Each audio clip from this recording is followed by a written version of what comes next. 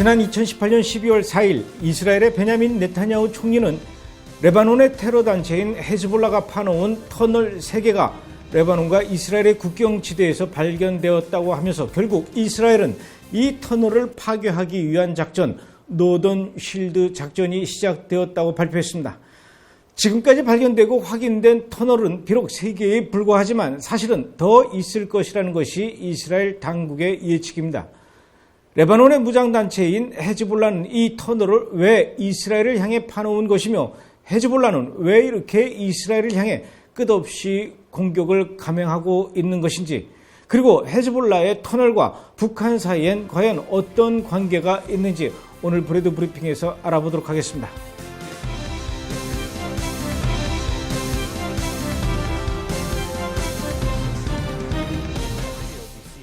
이번에 발견된 헤즈볼라의 터널에 대해서 좀 더 자세히 알아보겠습니다. 헤즈볼라가 파놓은 터널은 이스라엘 북동쪽 국경인 메툴라 근처에서 발견되었습니다.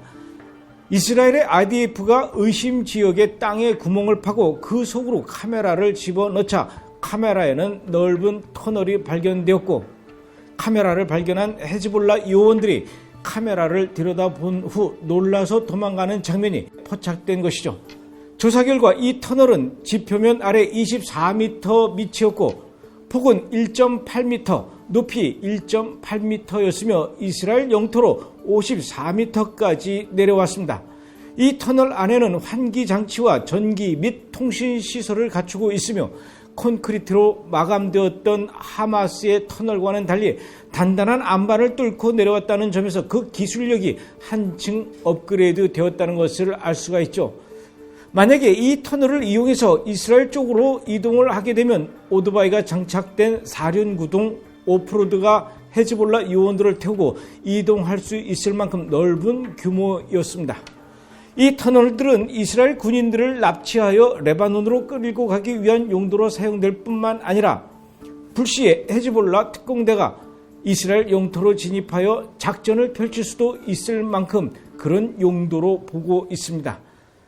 두 번째 터널은 갈릴리의 북서부 자리트 마을에서 발견되었고, 또 다른 터널은 아직까지 이스라엘 정부가 그 위치를 밝히고 있진 않지만 분명히 갈릴리 북부 지방이라는 예상을 하고 있습니다. 왜냐하면 헤즈볼라는 오래전부터 이스라엘의 갈릴리 지역을 침략하려는 이른바 갈릴리 정복이라는 이름으로 헤즈볼라 작전 계획을 준비하고 있다는 것을 잘 알기 때문이죠. 이날 발표에 나선 이스라엘의 베냐민 네타냐후 총리는 헤즈볼라는 갈릴리를 손안에 넣고 싶어 한다고 이야기했습니다. 도대체 헤즈볼라는 어떤 단체이길래 이스라엘을 향해서 터널을 판 것이며 또 왜 그들은 갈릴리를 자신들의 손안에 넣기를 원하는 것일까요? 먼저 헤즈볼라가 어떤 단체인지 알아보겠습니다.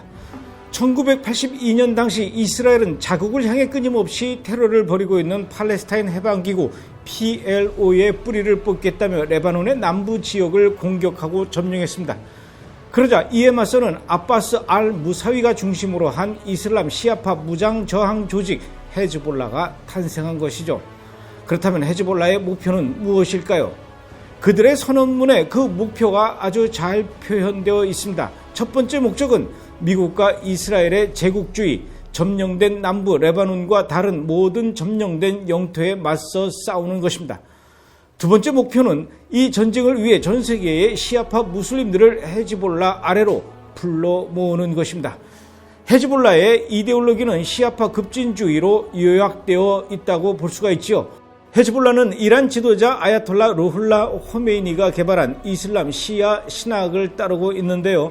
이 신학의 핵심 교리는 당연히 그들이 기다리는 마지막 때에 그들만의 메시아, 즉 12번째 이맘이 이 땅에 내려오기 위하여 지구상에서 미국과 이스라엘을 지워버려야 한다고 믿는 것입니다.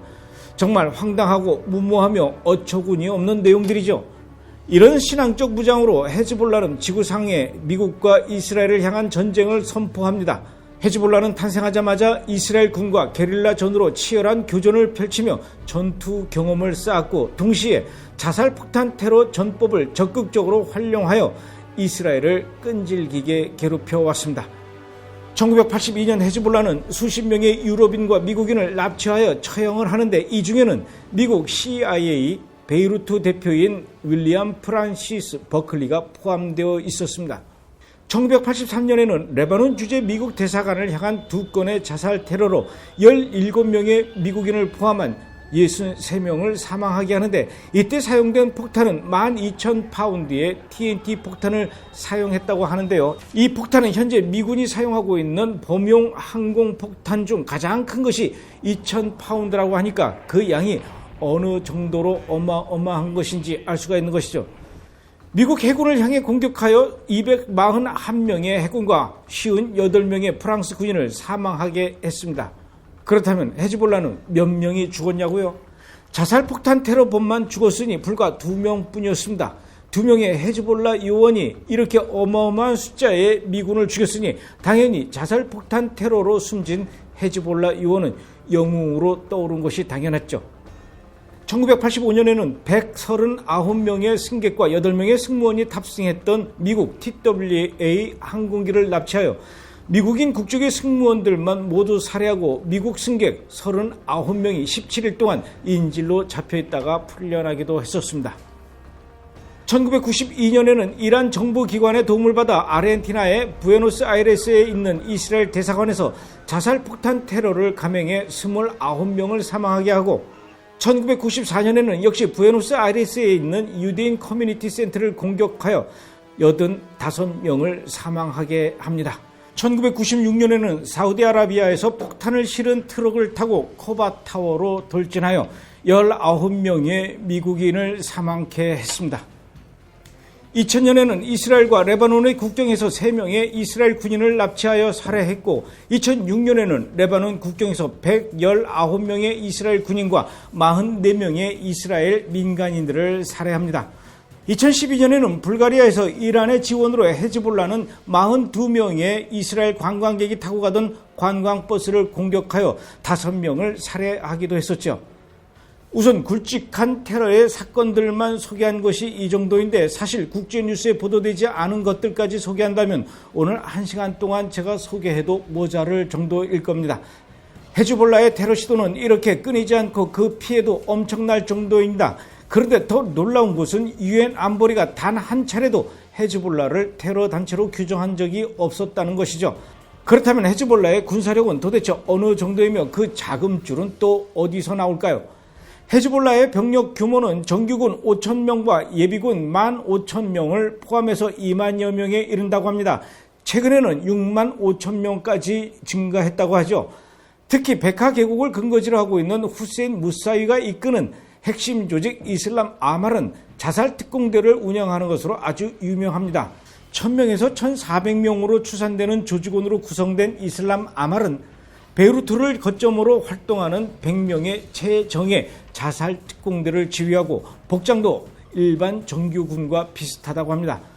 장비 수준도 상당히 좋아서 러시아와 이란에서 구매하여 사거리가 200km에 달하는 젤잘2 미사일 등 1만 2천 기 이상의 로켓, 미사일 및 원격 조종이 가능한 무인 항공기를 보유한 것으로 알려졌죠. 시리아 내전에는 4,000명의 병력을 파견하여 시리아 정부군을 지원하기도 했었습니다. 헤즈볼라 자신들은 자신들이 필요한 자금이 레바논의 기업에서 내는 세금과 다른 이슬람 단체 및 시아파 단체가 내는 세금에서 비롯된다고 주장을 하고 있죠. 하지만 서방 관계자들은 헤즈볼라가 이란으로부터 상당에게 재정과 무기, 폭발물을 지원하고 있다고 믿고 있습니다. 실제로 이란은 1983년부터 1989년까지 4억 달러를 기부금으로 제공했다고 하죠. 그런데 최근 들어 이란의 경제 사정이 좋지 못해서 그들이 원하는 만큼의 재정은 공급하고 있지는 못하지만 재정 이외의 군사 기술과 다른 부분에서 여전히 지원하고 있는 것만은 분명하다고 믿고 있습니다. 그러니까 이란이 헤즈볼라를 포함해서 전 세계에 있는 200여 개의 테러 단체를 물질적으로 기술적으로 지원하고 동참하고 있다는 것은 틀림이 없는 말입니다. 2010년 2월 발표된 보고서에 따르면 헤즈볼라는 이란으로부터 4억 달러를 받았다고 합니다. 미국은 이란이 헤즈볼라에게 재정적 지원으로 매년 60에서 100만 달러를 주고 있다고 추정하고 있으며, 또 다른 전문가는 이란이 헤즈볼라에게 매년 2억 달러를 지원하고 있다고 이야기하기도 합니다. 이란이 헤즈볼라에게 돈만 지원하는 것은 아니죠. 이란은 이미 레바논 남부 지역에 포진하고 있는 헤즈볼라를 위해 11,500개의 미사일을 포함하는 이란의 무기 공급을 하고 있습니다.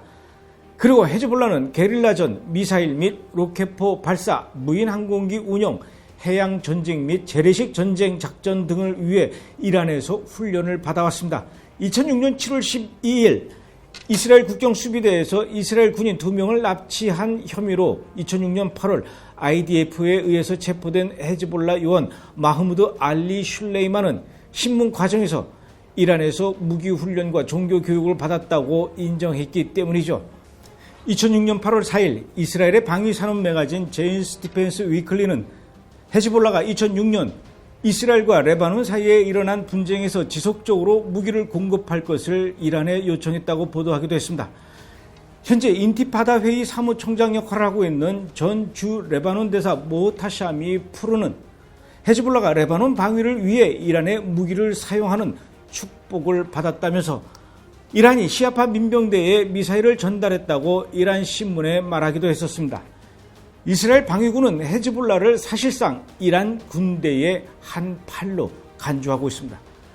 고위 이스라엘 수비대 관계자는 제인스 디펜스 위클리에서 우리는 레바논에서 직면하고 있는 것이 민병대가 아니라 이란 군대의 특수부대 여단이다, 이렇게 생각하고 있다고 합니다.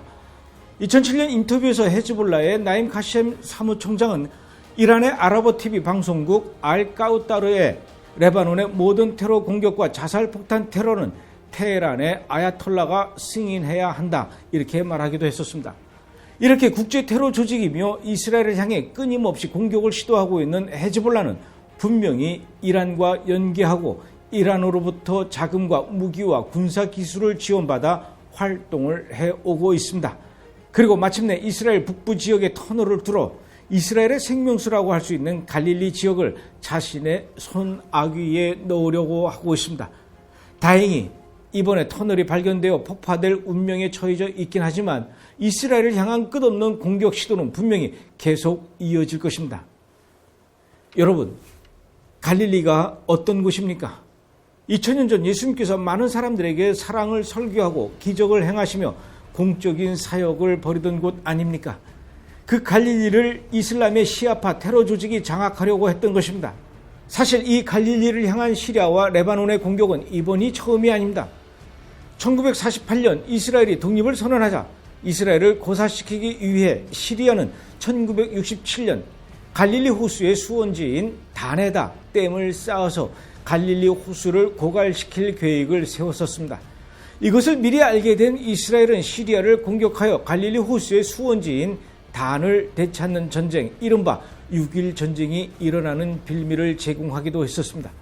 그리고 이번에는 레바논이 갈릴리 지역을 점령하기 위해 터널 건설을 시도했던 것이 발각된 것입니다.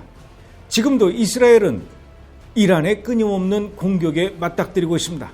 북쪽에 있는 시리아에서는 알 아사드 정권이 이란과 손을 잡고 시리아 남쪽 지역에 이란의 군사기지를 허락하고 있습니다. 그리고 그곳에서 이스라엘을 향해 미사일을 수없이 발사하고 있지요. 이렇게 이란은 자신들의 대리인으로 시리아와 레바논의 헤즈볼라를 앞세우고 그 목적을 위해 이용하고 있습니다. 이란은 자신들이 오래전부터 온 세계에 천명해 왔듯이 지구상에서 이스라엘을 없애버리고 모든 이스라엘 사람들을 지중해 앞바다에 수장시키겠다고 하지 않았습니까? 이스라엘은 오늘도 이슬람의 시아파 종주국인 이란과 이렇게 직접적으로 간접적으로 맞닥뜨리며 전쟁을 하고 있는 중입니다. 이것은 중동 패권을 위한 전쟁이기도 하고 또 종교 전쟁이기도 하지만 그보다 더 우리가 명심해야 할 것은 이스라엘은 거짓과 불의로 가득 찬 이슬람의 영과 맞서 싸우고 있다는 것입니다.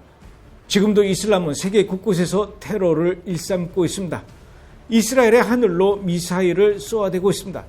그리고 이제는 땅속으로 터널을 뚫고 내려오려고 하고 있습니다. 예전에도 제가 브레드 브리핑을 통해서 말씀드렸듯이 가자 지구의 하마스는 이스라엘을 향해 땅굴을 팠습니다. 하마스가 파놓은 땅굴 역시 북한으로부터 기술을 전수받았다고 하죠. 북한과 군사기술을 협력하고 있는 이란이 헤즈볼라를 이렇게 지원하고 있습니다. 그렇다면 이번에 이스라엘 방위군에 의해서 발각된 터널 역시 북한으로부터 그 기술을 전수받은 것은 아닐까요? 이런 생각을 하면 우리는 더욱 참담함을 감출 수가 없습니다. 왜 어쩌다가 북한이 이렇게 세계 테러 집단에게 몹쓸 기술을 전수하고 가르치고 있는 것일까요? 왜 이스라엘과 관련된 중동 문제에서 북한의 이야기가 나와야 하는 것일까요? 여러분, 제가 그동안 수차례 오랫동안 이스라엘의 안보를 위해서 기도해달라고 부탁을 드렸었죠. 도대체 왜 우리가 지구 반대편에 있는 이스라엘을 위해서 기도해야 하는가? 우리나라를 위해서 기도하기도 바쁜데 왜 우리가 이스라엘 문제까지 신경 쓰면서 기도해야 하는가? 아마도 이렇게 의문을 가지신 분들도 있었을 것입니다. 하지만 이렇게 생각해 보십시오. 북한은 이란과 군사적 협력 관계입니다. 이란의 미사일 발사 기술과 핵무기 실험을 공유하고 있습니다. 그 이란이 북한의 기술을 전수받아 이제는 이스라엘을 없애려고 합니다. 그렇다면 우리는 어쩔 수 없이 이스라엘과 공동 운명체나 마찬가지가 아닐까요? 북한과 이란, 이란과 이스라엘, 이스라엘과 우리 한국, 우리는 이렇게 지금 어쩔 수 없이 운명적으로 사각관계가 연결되어 있습니다. 우리가 이스라엘을 위해서 기도하는 것은 단지 이스라엘만을 위해 기도하는 것이 아닙니다. 이스라엘을 위해 기도하는 것은 곧 우리나라를 위해 기도하는 것과 다를 바 없습니다. 그런데도 우리가 이스라엘을 위해서 기도하지 않을 수 있을까요? 이스라엘의 북쪽 지역에서 헤즈볼라가 파놓은 터널이 발견되었다는데 그저 우리는 발견되었나 보다 이렇게 단순하게 생각하고 넘길 수 있는 문제일까요? 그렇지 않습니다.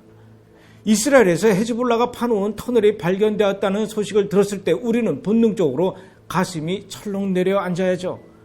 이번에도 또 역시 북한이 연결되어 있는 것은 아닐까?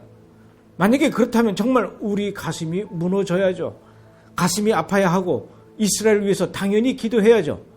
이스라엘은 또다시 긴장 상태에 들어가게 되고 여기저기서 대피 사이렌이 울리고 이스라엘의 북쪽 지역으로 향하는 모든 길들이 차단되겠죠. 저는 이번에 터널이 발견되었다는 발표가 있었을 때 마침 이스라엘의 갈릴리 지역이 있었습니다. 역시 당연히 갈릴리 북쪽 지역으로 향하는 발걸음이 모두 묶일 수밖에 없었죠. 그리고 초조하게 텔레비전의 뉴스를 지켜보는 이스라엘 사람들을 보면서 그저 마음이 아파왔습니다. 여러분, 오늘도 하늘에서, 땅에서, 그리고 땅속에서 이슬람의 영들과 싸우고 있는 이스라엘을 위해서 기도해 주셔야 합니다. 이스라엘은 지금 여러분의 기도를 간절히 원하고 있습니다. 그리고 여러분의 이스라엘을 위한 기도는 이스라엘로 하여금 용기와 담대함을 얻게 할 것입니다. 그리고 여러분의 기도는 이스라엘을 집어삼키려는 이슬람의 영, 거짓의 영, 사탄의 무리들을 물리치게 될 것입니다. 이번 주 브레드 브리핑이었습니다.